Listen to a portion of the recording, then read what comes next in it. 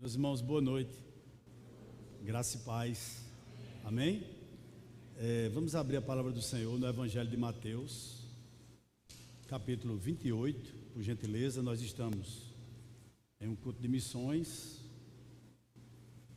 Nós sabemos que todo culto é missionário, mas esse terceiro domingo nós dedicamos para trazer uma palavra mais voltada a missões especificamente. Mateus 28, a gente vai ler a partir do verso 16, embora nós vamos nos deter no verso de número 19 e 20. Mateus 28, a partir do 16 até o 20, a palavra de Deus diz assim: E os 11 discípulos partiram para a Galiléia, para o monte que Jesus lhes designara. Quando o viram, adoraram, mas alguns duvidaram. E aproximando-se, Jesus falou-lhes: Toda autoridade me foi concedida no céu e na terra. Portanto, ide, fazei discípulos de todas as nações, batizando-os em nome do Pai, do Filho e do Espírito Santo, ensinando-lhes a obedecer a todas as coisas que vos ordenei. E eu estou convosco todos os dias, até o final dos tempos. Amém? Vamos orar? Senhor, nós bendizemos teu nome. Nós agradecemos a Ti pela riquíssima oportunidade de mais uma vez estar aqui reunido com o Teu povo para pensarmos um pouco sobre a Tua palavra, sobre o Teu reino.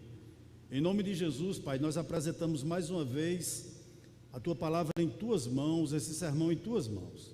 E Te pedimos que pela Tua infinita graça e misericórdia, apesar de mim, a despeito de mim, Tu possa vir falando ao coração do Teu povo, que aqui se encontra, e aqueles que também nos acompanham, porventura, de forma remota. Nós Te pedimos isso nessa noite, em nome do Teu Filho amado Jesus Cristo, pois Ele vive e Ele reina para todos sempre. Amém. Graças a Deus. Meus irmãos, o verso 19, Jesus diz: Portanto, ide. Interessante que o verbo, ir, está no imperativo. Ele deu uma ordem inicialmente aos seus 11 discípulos.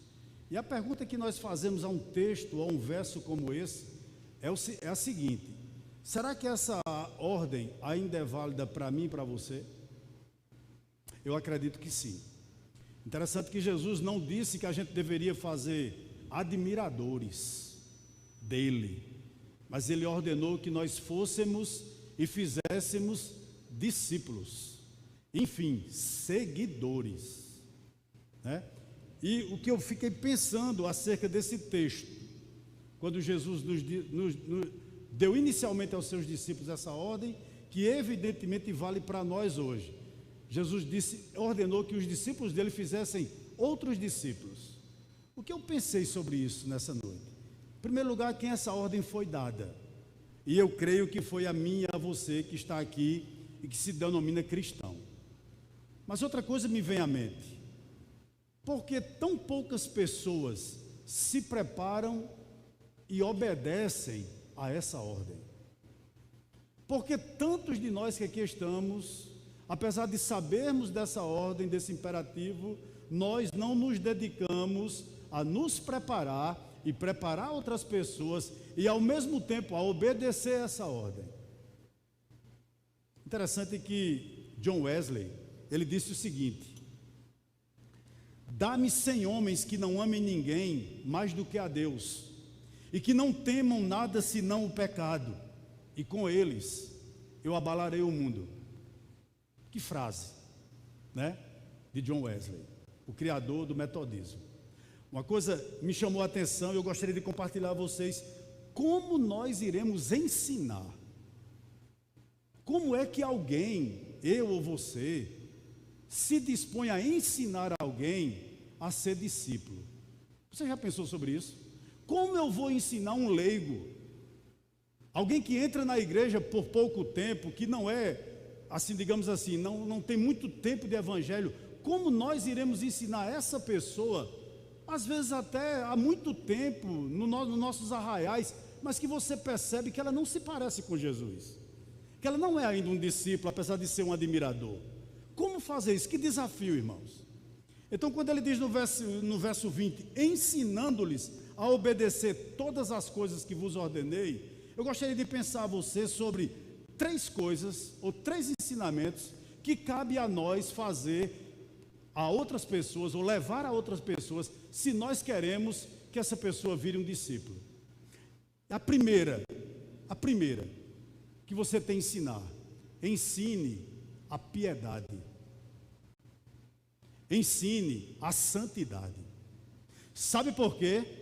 A gente pode muitas vezes ensinar aquilo que nós sabemos, mas nós só reproduzimos o que verdadeiramente nós somos. Eu posso ter a mente cheia de teologia, mas minha prática, se eu não for uma pessoa regenerada verdadeiramente, vai desfazer tudo o que eu penso de forma salutar com relação a Deus. Por essa razão eu repito, as pessoas podem até ensinar aquilo que elas sabem, teologia plena, teologia pesada, mas às vezes você vai ver essa própria pessoa que tem tanta teologia, e não há nada de errado com isso na mente, reproduzir coisas, obras que você diz, isso não é de um crente. Por isso que eu creio que a primeira coisa que a gente deve ensinar para fazermos discípulos é a piedade. Eu creio, meus irmãos, quando Jesus deu essa ordem aos discípulos, a expectativa de Cristo é que nós não fôssemos de todo jeito. Claro que não. Ele não gostaria que nós fôssemos, irmãos, de qualquer maneira. E por essa razão nós temos esse desafio de gerarmos e ao mesmo tempo termos piedade. Porque mais que a prática da pregação, eu acredito, ela não pode se divorciar da pessoa do pregador. Não adianta você dizer vá quando você não vai. Não adianta você dizer faça quando você não faz. Então, a pregação, ou a prática da pregação, ela jamais poderá se divorciar da pessoa do pregador. Por que eu estou dizendo isso? Porque o que nós precisamos hoje em dia não é apenas de erudição, nós precisamos de piedade. É muito claro que nós vemos gigantes no púlpito, mas anões dentro de casa. Pessoas que arrotam muita teologia, desculpe o termo que eu usei aqui nessa noite, mas que dentro de casa são um fiasco. É um péssimo pai, é uma péssima mãe, é um filho horrível, mas apesar de tudo é cheio de teologia, conhece muito. E por essa razão eu creio que o primeiro desafio nosso é ensinar a esse povo a piedade, porque seu testemunho, ou seja, sua vida, fala mais alto do que sua palavra, ou do que suas palavras, ou do que seus sermões. O que é que eu estou querendo dizer aqui? É insuficiente só talento, irmãos. Para ser discípulo é preciso ter graça. Não seja obcecado por eloquência, mas por piedade. Não busque simplesmente apenas retórica, mas iluminação do alto. Nós temos que buscar essas coisas. Não lute por fama e desempenho, mas antes por santidade. Com isso eu não estou querendo dizer que não é preciso preparo. Com isso eu não estou afirmando que não é preciso estudo. Mas o que eu quero dizer, e aqui vai a primeira aplicação no meu sermão nessa noite, é o seguinte: que a nossa grande falta não é em relação à cultura da cabeça. Nós temos gênios nos púlpitos, são poucos, mas temos. O nosso grande problema é a cultura do coração, é você pregar sem ser, é você exortar quando na realidade você deveria estar sendo exortado. Esse é o grande problema. Então, uma das primeiras qualificações de um discípulo, ou de um cristão chamado a fazer discípulo, é sua piedade, é sua santidade. E eu vou lhe dizer algo aqui: um crente sem piedade é um desastre. O pastor Hernandes Dias Lopes, ele diz o seguinte, que o maior instrumento do diabo dentro de uma igreja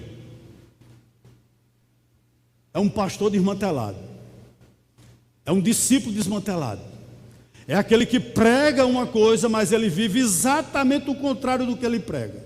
Sabe por quê? Não adianta um discípulo, ou um pseudo-discípulo, condenar o pecado em público e praticá-lo no secreto. Não adianta, irmãos, e essa é uma das grandes faltas, né, de alguém que se diz chamado por Cristo. É quando os crimes e pecados que são tão condenados por essa pessoa nos outros são justamente os que estão na vida dele. Aonde tem isso, pastor? Interessante que, se você abrir a sua Bíblia lá em Romanos capítulo 2, Paulo diz o seguinte, olha: tu, pois, que ensinas a outrem, não te ensinas a ti mesmo? É como se Paulo estivesse dizendo o seguinte: a tua teologia só serve para os outros? Ela não serve para você mesmo também? Ela não molda teu caráter também, não? E ele continua dizendo o seguinte: tu que pregas que não se deve furtar, furtas; dizes que não se deve cometer adultério e cometes; abominam os ídolos e lhe roubam o templo. Tu que te glorias na lei, desonra a lei pela transgressão da lei. Pois como está escrito, o nome de Deus é blasfemado entre os gentios por vossa causa. Veja como é sério isso. Então, tomando todas essas informações que eu dei de início a você, qual afirmação eu posso fazer mediante a tudo que eu já expus aqui nessa noite? Uma afirmação relativamente simples: que o maior inimigo do cristianismo não é o anticristianismo. Em outras palavras, o maior inimigo do cristianismo não são as seitas, não são os mormons, não são os TJs, não é o catolicismo romano, não é o espiritismo, não é o maior inimigo do cristianismo. O maior inimigo do cristianismo é o subcristianismo. O que é que eu estou querendo dizer? Pior do que um falso ensino, pior do que uma falsa filosofia, é uma igreja que prega uma coisa, mas vive outra. É um crente que é erudito na mente, mas é terrível no coração. A teologia está na mente, mas não desce para aqui, para o coração, nem desce para a ponta dos dedos. Esse é o grande inimigo do cristianismo, exatamente. O que é pior ainda, sabe o que eu ainda me entristeço mais? Muitas vezes com algumas pessoas que se dizem cristãos, vou dizer qual. É quando você percebe que essa pessoa possui boa teologia. Em outras palavras, que essa pessoa tem acesso à verdade, ela tem uma ortodoxia correta.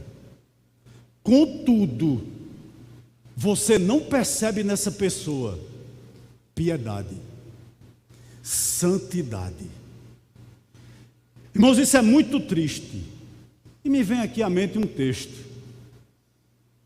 Essa pessoa que adora esse ambiente onde nós estamos, e é bom mesmo, de estar congregado, o que é muito legal, de poder dizimar, de poder ofertar, de poder ouvir a voz do Senhor exposta.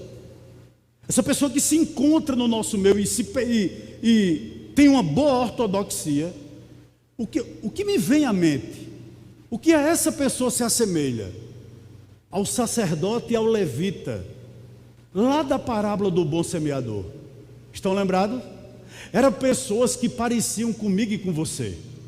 Amavam o serviço do templo, amava boa pregação, amava ofertar, amava dizimar. Contudo, ela não estava nem aí para o moribundo. Eles olharam um rapaz caído, morto, tinha acabado de ser assaltado, mas eles dizem o seguinte no seu coração: isso não é problema meu, apesar da ortodoxia que possuía. Sabe por que eu estou citando esse exemplo? Porque nós podemos muito bem pregar sermões bíblicos, nós podemos nos tornar pessoas que oramos de forma pragmática, ora por orar, embora sejam orações bíblicas, porque nós podemos, irmãos, ouvir louvores bíblicos.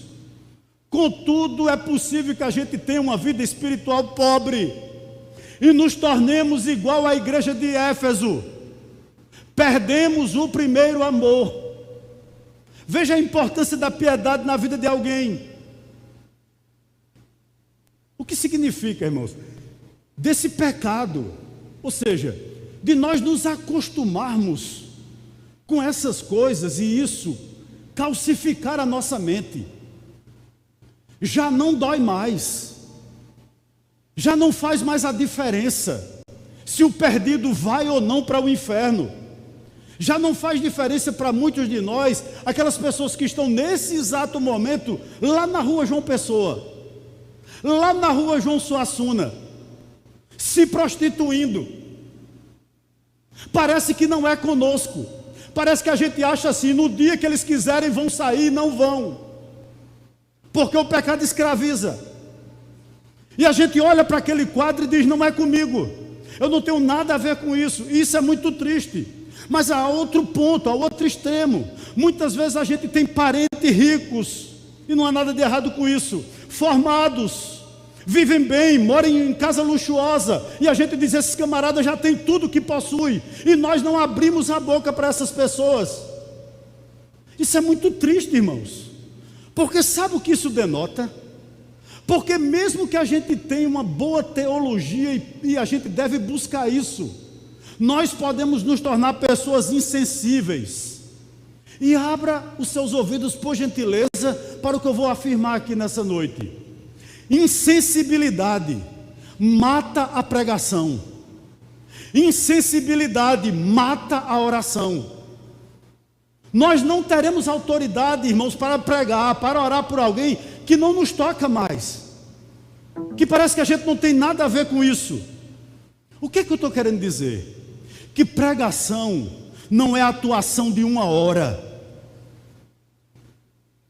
Pregação é o produto de uma vida. Eu não estou aqui pregando, quando eu sair daqui eu tenho que continuar pregando. E isso a gente só obtém com piedade. Me parece que esse pastor que eu vou citar, ele morreu com 29 anos. Eu não tenho certeza, mas eu creio que ele era um pastor escocês. E as pessoas dizem que quando ele ia ao púlpito, quando ele subiu ao púlpito, todo mundo chorava ao ele abrir a boca, porque parecia que ele tinha saído da presença de Deus naquele momento. O nome dele é Roberto McKinney. E ele diz uma seguinte declaração, olha, ele diz: não é a grandes talentos que Deus abençoa de forma especial, mas a homens com grandes semelhanças com Cristo. Eu entendo o seguinte: se nós quisermos formar discípulos, nós temos que ensinar as pessoas, em primeiro lugar, a piedade, a santidade. Segundo, se nós quisermos formar discípulos ou sermos discípulos, nós temos que ensinar as pessoas a orar. Interessante que isso era algo muito comum no ministério de João Batista, né? Como também nos discípulos de Cristo. Há um certo momento que um dos discípulos de Cristo chega para ele e diz: Senhor, ensina-nos a orar. E dali sai aquela oração que todos os irmãos sabem aqui, a oração do Pai Nosso. Mas era muito comum nessa relação entre mestre e discípulo, o mestre ensinar o discípulo a orar. João Batista fazia isso, Jesus fez isso também. Então o segundo ponto aqui: se nós quisermos fazer missões, se nós quisermos fazer discípulos, nós temos que ensinar a pessoa a orar. Eu particularmente creio que é muito mais importante ensinar um jovem a orar primeiramente do que a pregar. Eu vou repetir: é muito mais importante nós ensinarmos um novo convertido a orar do que a pregar. Sabe por quê? Porque oração mostra dependência. Só ora quem depende. Uma pessoa soberba jamais ela irá orar com constância. E isso é um indicativo que você está em decadência espiritual. Se você já não tem mais prazer em orar. Um dos sinais de uma pessoa que está longe de Deus, afastado de Deus, que não tem mais vontade de estar nos atos do Senhor, é essa: a sua vida de oração. Se você tem uma vida pífia de oração, cuidado. Esse é um sério indicativo de que, espiritualmente falando, você está muito mal. Por essa razão eu lhe diria que a segunda coisa que nós temos que ensinar alguém a ser discípulo é ensinar a orar. E você me perguntaria por quê?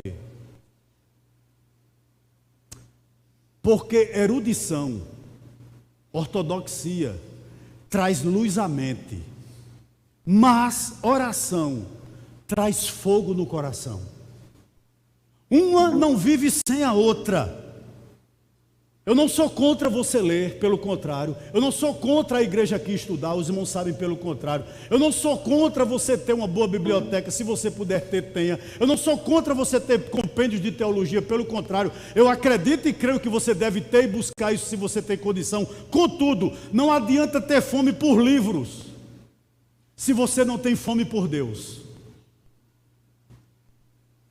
Não adianta você ser louco pela sua biblioteca, se os altares do Senhor já não lhe chamam mais a atenção. Por essa razão é tão importante orar. É insuficiente para se tornar um discípulo só o conhecimento, sem a intimidade com Deus. Ô meu irmão, eu gostaria que você tivesse o prazer de passar um dia ao lado do pastor Ronaldo Lidório. Homem culto, preparadíssimo, mas quanto mais você se achega àquele camarada, você vê nele simplicidade, você percebe nele humildade, a forma como ele lhe trata, a maneira como ele se direciona a você. O que é aquilo? Vida de oração, vida de quebrantamento. É encantador você ficar ao lado de Ronaldo Lidório. Se você tiver uma oportunidade, fique. Eu fiquei por 2 horas, eu e Alexandre que está aí. E a maneira como ele nos tratava, não só a mim e a Alexandre, mas a todos que ali estavam, encantava. Porque esse homem é assim. Porque com certeza, apesar de ter muita luz na mente, aquele homem com certeza tem oração na sua vida. E por que isso é necessário, pastor? Ter uma vida de oração. Porque muitas vezes você vai falar à mente, mas é preciso que você fale também ao coração. E quando nós fazemos isso, quando nós oramos, nós conseguimos fazer isso. Sabe o que eu quero lhe dizer aqui? Que é no lugar de oração que a batalha é perdida ou ela é ganha. Me permita um parênteses aqui nessa noite. Há algum tempo, um policial militar me procurou. E ele é um policial militar e é um homem crente. E ele chegou para mim e disse o seguinte: que serviço atribulado eu tive ontem. Quantas experiências terríveis eu vivi. Quantas experiências desastrosas eu vivi. Prendi pessoas, tive muito problema durante a noite toda, eu não parei. Mas pastor, deixa eu lhe dizer uma coisa. Antes de eu tomar meu banho, antes de eu tomar meu café da manhã, eu gostaria de lhe dizer o seguinte: eu preciso ir ao meu lugar de oração, para recarregar minhas energias, e não me tornar um insensível. Quando aquele soldado me disse isso, uma coisa me saltou à mente. O que esse militar estava me dizendo? O que esse homem crente, militar, estava dizendo a mim? Sabe o que ele estava dizendo? Que oração não é o ópio, mas oração é um tônico. Esse homem estava me dizendo, irmãos, que oração não é um calmante para o sono, mas que oração é um despertamento para uma nova ação. Parece que ele estava querendo ir para aquele lugar, para dizer ao coração dele, para dizer à mente dele, dizer: olha, nós temos um Deus maior, eu quero continuar sendo crente, eu quero continuar sendo quebrantado, não faça que essa viatura me torne uma pessoa insensível. Que coisa maravilhosa! Como eu me alegrei quando aquele homem me disse isso. Isso é louvável demais. Sabe por quê? Porque como discípulos, nós somos consoladores e devemos viver perto das pessoas. Mas como homens de oração, é indispensável, e mulheres também, que nós vivamos perto de Deus. Sabe o que eu gostaria de dizer aqui a você, meu irmão? O que a igreja precisa hoje não é de mais ou melhores mecanismos. O que a igreja precisa hoje, irmão, não é de mais organização ou mais métodos. Precisa não, irmão.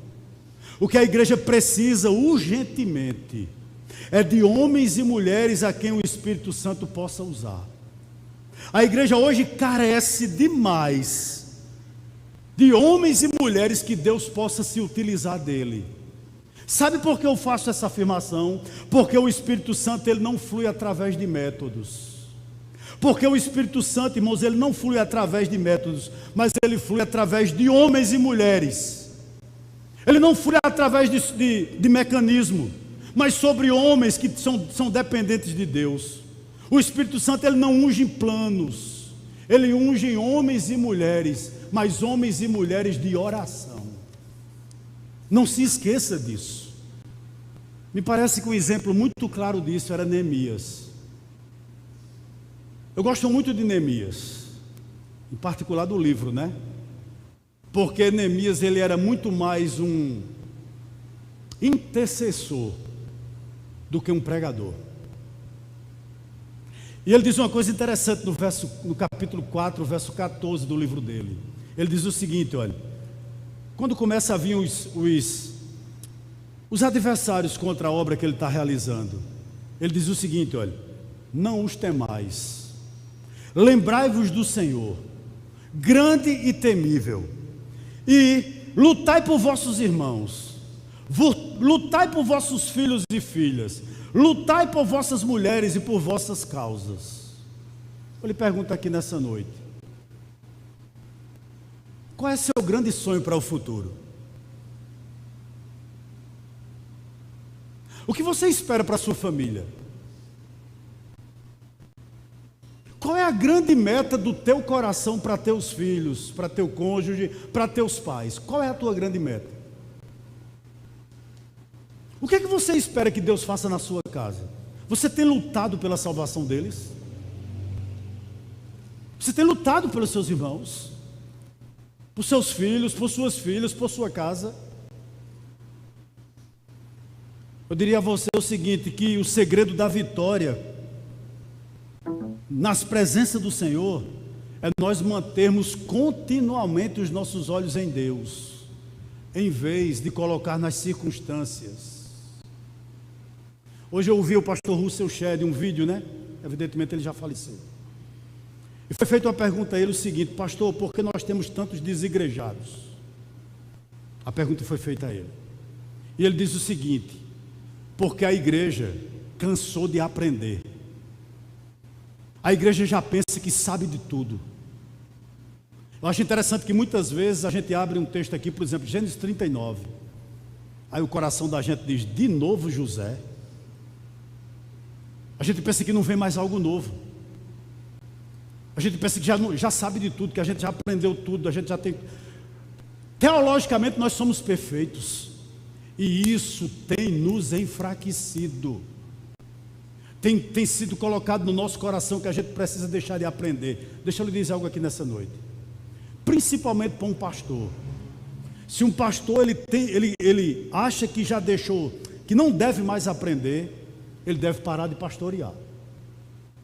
Se eu e você que está aqui, a gente acha que não deve mais aprender, que você sabe de tudo, a reunião de homens já não é mais importante para você. Uma reunião de mulheres já não é mais importante para você. Um curso como nós ministramos aqui de teologia bíblica, você já tira de letra. Esse é o grande problema. Porque a gente acha que a gente já sabe de tudo. Isso é terrível para a nossa vida espiritual. Triste para a nossa vida espiritual. Portanto, o último ponto aqui, eu creio que é um também importante: como fazer discípulo. Ensine a palavra. Quando Jesus diz: ensinando-lhes a obedecer a todas as coisas que vos ordenei, eu entendo também que para fazer discípulos é necessário ensinar a palavra. Interessante, eu estava ali em um lugar e foi me dada a oportunidade para pregar. E tinha um irmão de lado aqui, aí antes de eu pregar, ele pegou no meu braço e disse: o senhor gasta quanto tempo para preparar um sermão? Eu disse: sei lá, dependendo de como eu estou, 3 dias, uma semana, 15 dias, um mês. E ele disse: pois Deus me dá na hora. E eu disse: eu lhe invejo. Eu lhe invejo, porque tem dia que o céu está de bronze, né? Como é interessante a gente ensinar a palavra. Por que eu citei esse exemplo? Porque jamais você poderá ser um discípulo bem-sucedido. Seja um pastor, seja um evangelista, seja um líder de grupo familiar, seja um mestre, seja o que você for, se você pregar, disciplinar ou ensinar, somente na plenitude do vazio do seu coração e da sua cabeça. Como é triste você não ter o que dizer ao pecador. Por essa razão eu creio que se nós quisermos fazer discípulo, é necessário que a gente ensine a essa pessoa a palavra. E como eu me alegrei aqui na outra semana, porque eu vi a igreja do Médici querendo aprender. Como é bom, como é salutar, saber que a boa parte da nossa igreja está voltada para aprender. Como Paulo escrevendo a Timóteo diz, né? Procura apresentar-te a Deus aprovado, como obreiro que não tem de que se envergonhar, que maneja bem a palavra da verdade. Como é bom, irmãos, ver a pessoa que vem à escola bíblica. Há um curso como foi ministrado aqui e outros virão. O interesse da igreja, porque ela quer manejar bem a palavra da verdade, porque entende o seguinte: a espada na mão de um crente fiel é uma arma de defesa, mas a espada na mente de quem não sabe pode virar um próprio canivete e cortar até ele mesmo. Como é importante a gente aprender a palavra. Olha o que John Wesley disse, olha, com relação ao seu compromisso com a Escritura. Ele afirmou o seguinte: dá-me o livro, por qualquer preço dá-me o livro de Deus, nele há conhecimento e o bastante para mim, deixe-me ser o homem de um só livro. O que ele estava dizendo? Que a Bíblia é um livro de sabedoria inesgotável, que a Bíblia é uma mina de ouro de conhecimento. E o que eu quero afirmar aqui, um cristianismo de sermões sem conteúdo, é um cristianismo de pouca fibra. Sabe qual era o meu grande problema de não me converter? Evidentemente porque Deus nunca havia me chamado de forma irresistível, mas eu me questionava muito, porque Deus era amor e eu ia morrer, e os crentes não me explicavam isso. Quando alguém vinha me evangelizar e dizia: olha, Jesus te ama, eu dizia: como é que Jesus me ama? Se eu adoeço, Ele te ama. Se meus pais vão morrer, se um dia eu vou morrer, que Deus é esse que não parou a morte? E os crentes colavam as placas, não dizia mais nada a mim. Eu queria uma resposta, eu queria alguma coisa que aquecesse meu coração. Mas quando a gente não sabe o que está dizendo, irmãos, é triste, né? Então por essa razão é importante a gente aprender a palavra. Nenhum homem, nenhuma mulher será um grande pregador sem grandes sentimentos. Bote isso na sua mente. O que eu estou querendo dizer? Pregação sem paixão não é pregação. Eu vou repetir: pregação sem paixão não é pregação. Você nunca se tornará um grande pregador. Eu não estou dizendo para pregar em público, irmãos. Talvez você não goste de fazer isso, mas talvez você tenha a vontade de um dia reunir sua família em um pequeno grupo e expor a palavra. Deixa eu lhe dar um conselho: você nunca será um grande expositor da palavra se seu coração não estiver em chamas, se seu coração não demonstrar urgência, se você não for uma pessoa que tenha paixão pelo que você faz. Isso é muito sério. O pastor Richard Baxter, ele disse o seguinte: olha, eu prego como se jamais fosse pregar novamente. Eu prego como se estivesse morrendo, para homens que estão morrendo. Veja a urgência que ele pregava, veja a forma como ele pregava, veja a maneira como ele pregava. Como isso é louvável. O que eu estou querendo dizer a você? Pregação é luz, ou seja, pregação é verdade, mas pregação também é fogo, pregação também é paixão. Você tem que pregar dessa maneira. Ambas andam de mãos juntas. Se você me perguntasse, pastor, o que é pregação? É aquilo que aconteceu no caminho de Emaús. Enquanto Jesus expunha a palavra, a Bíblia diz que o coração daqueles 2 discípulos, que um deles chamava-se Cleopas, ardia. Isso é pregação. Uma vez eu estava ali em um lugar, e não foi com ninguém daqui, tá certo? Nenhum pregador daqui. E nós ouvimos um sermão, e quando o pregador terminou de pregar, a pessoa fez o seguinte comentário comigo, eu concordo. Disse o seguinte: é bíblico, a exegese é boa, a aplicação foi boa, mas é como uma receita de bolo. A gente já sabe o que vai acontecer, porque está tudo detalhado demais, é tudo mecânico demais, é tudo como se não fosse verdade, e você já sabe o que vai sair.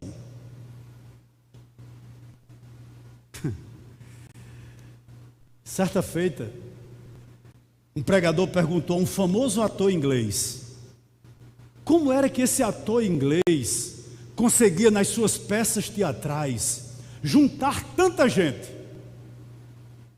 enquanto que aquele pregador, aquele pastor fiel, não conseguia um bom público. E o ator inglês voltou-se para o pastor e disse o seguinte: é que eu prego a minha ficção como se fosse uma verdade, e você, pastor, prega a sua verdade como se fosse uma ficção. O que é que eu estou querendo dizer aqui? Como discípulos, nós precisamos ensinar, anunciar, pregar com profunda convicção, com paixão. Nós devemos crer na mensagem que nós estamos pregando, colocarmos o coração na mensagem. A gente tem que acreditar, sabe por quê? As pessoas podem até rejeitar a nossa pregação, mas jamais ela pode duvidar da nossa sinceridade. Como é que você prega? Qual é a sua função como discípulo? Deixa eu lhe dizer algo aqui. Sua função como discípulo é incomodar as pessoas que estão acomodadas. Eu vou repetir, é incomodar as pessoas que estão acomodadas. As pessoas da tua família, que têm sonhos terrenos, você já disse a ela que o céu não é aqui? As pessoas que estão planejando um futuro sem Cristo, apesar dos títulos, apesar dos diplomas nas paredes, e não há nada de errado com isso, apesar no condomínio de luxo que usa, que mora, ou que pensa em morar, você já disse a essas pessoas que o céu não é aqui? Sua função é essa, incomodar os acomodados. Mas também você tem outra função, acomodar os que estão incomodados, aqueles que não têm mais esperança, aqueles que estão perdidos, aqueles que chegam até você procurando uma luz, procurando um caminho. Você tem dito o quê? Você foi chamado para quebrar o coração duro, mas você também foi chamado para curar o coração ferido. Tem uma história aqui que já foi contada, mas ela me veio à mente, eu vou contar de novo. Conta-se que um filósofo britânico, lá do século XVIII, chamado David Hume, era um homem que tinha rejeitado totalmente o cristianismo. E certa feita, um amigo desse homem viu ele apressado, quase correndo pelas ruas de Londres, e lhe perguntou: aonde você vai tão apressado? E aquele homem, que era praticamente um ateu, disse: eu estou indo ouvir o pastor George Whitefield pregar. E aquele amigo dele olhou para ele e disse: mas você não crê no que George Whitefield prega, não é verdade? Ele disse: é verdade, eu não creio, mas ele crê. Sabe qual é o grande nosso problema? O nosso grande problema? A gente prega e diz acreditar no céu, mas não prega para o incrédulo que está do nosso lado, para ele não ir para lá, para o inferno, perdão. A gente diz acreditar no inferno, mas a gente acha que nosso irmão, nosso pai, nosso amigo, no finalzinho tudo vai dar certo. Isso é frase de calendário de final do ano. Se tudo não deu certo, é porque ainda não é o fim. Todo dia é uma oportunidade de você pregar. Todos os dias. Mas nós estamos aqui, pregamos sobre céu, pregamos sobre inferno, mas a gente vive, irmãos, como se isso não fosse verdade. Por essa razão não há urgência, às vezes, em evangelizar. Não há urgência em pregar. A gente acha que as pessoas que a gente ama, no dia que eles quiserem, eles vão se converter e não vão. Interessante que o pastor Hernandes Dias Lopes, analisando esse texto, ele diz o seguinte: olha, o pregador sem o calor do Espírito Santo deveria recolher-se ao silêncio, até que as chamas voltassem a arder em seu coração. Coisa triste é você ouvir alguém que prega e não acredita no que prega. Coisa triste é você ouvir alguém, irmãos, que não tem paixão pela palavra.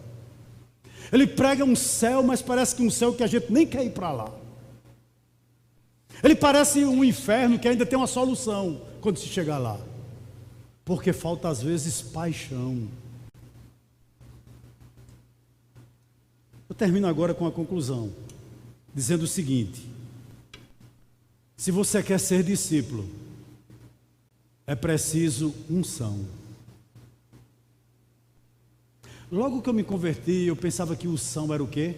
Gritar, pular, né? Falar em línguas. Eu não tenho nada contra quem fala. Eu pensava que unção era isso, né? As pessoas acham, às vezes até no nosso meio, que unção é aquilo que entra na hora da pregação e que depois sai. Você já viu? Há pessoas quando está pregando, você fala, rapaz, fulano hoje está numa unção. Aí parece que quando o camarada termina de pregar, a unção acaba. E você já não vê mais a unção nele. Como no Antigo Testamento, estão lembrados? Quando o Espírito Santo tomava, por exemplo, Sansão fazia maravilhas e depois saía dele.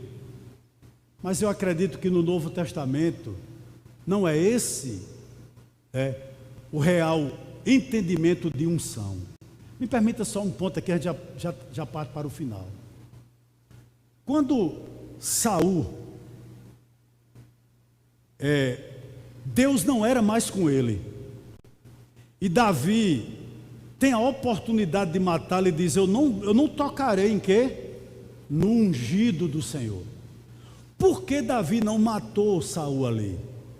Sabe por quê? Porque Saul era autoridade. Por essa razão ele não matou. Trazendo para o Novo Testamento hoje, o que é unção? Eu vou ler um texto, não precisa abrir. 1 de João capítulo 2, verso 20. O texto diz o seguinte: ora, vocês, discípulos, tendes a unção do Santo. Santo aqui é Jesus Cristo.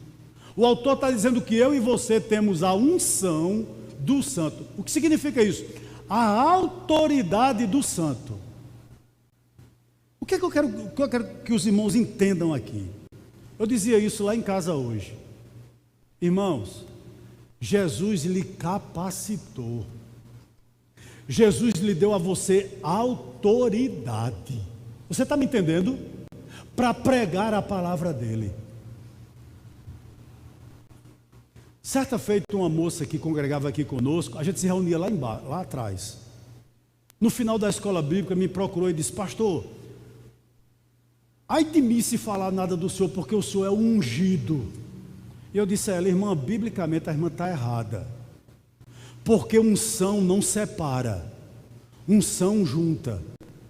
Não existe uma unção maior na minha vida por ser pastor, ou de qualquer pastor que aqui esteja, do que na sua. Jesus está dizendo aqui nesse texto que nós acabamos de ler, que Ele nos deu toda a autoridade, toda a unção, para que você pregue. Qual é o nosso grande problema, irmãos? A gente não se prepara, a gente tem medo, a gente não ora. Eu não estou dizendo necessariamente que todos podem vir aqui pregar, eu não estou dizendo que você não pode, talvez você não tenha essa desenvoltura, mas você pode pregar e deve pregar, porque a unção está sobre você, né? Unção significa revestimento com a palavra lhe foi dada, a palavra lhe foi revelada, o Espírito está em você, ele não sai, e esse Espírito lhe capacita. Que coisa maravilhosa. Então, por favor, comece na sua casa, se levante no local de trabalho, peça a Deus uma palavra, se consagre, ore não para que Deus lhe dê chuva de poder, não é isso que eu estou dizendo, mas que Deus fale através de você para um pregador, apesar de você, a despeito de você, que Deus lhe encha da sua autoridade para você pregar isso, e Deus vai fazer, irmãos. Nós só não podemos nos calar. Não.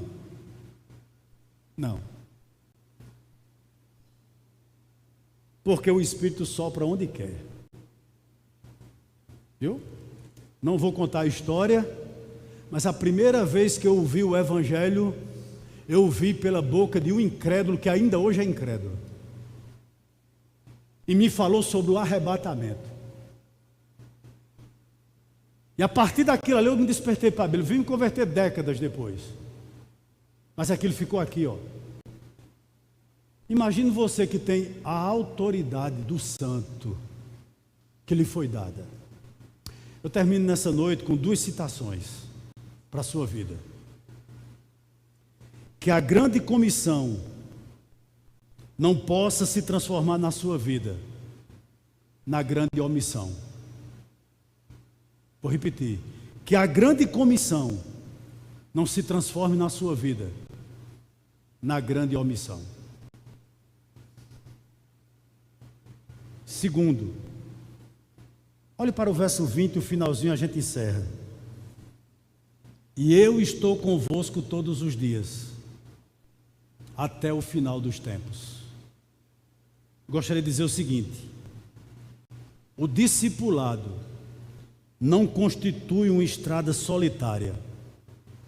O discipulado não constitui uma estrada solitária.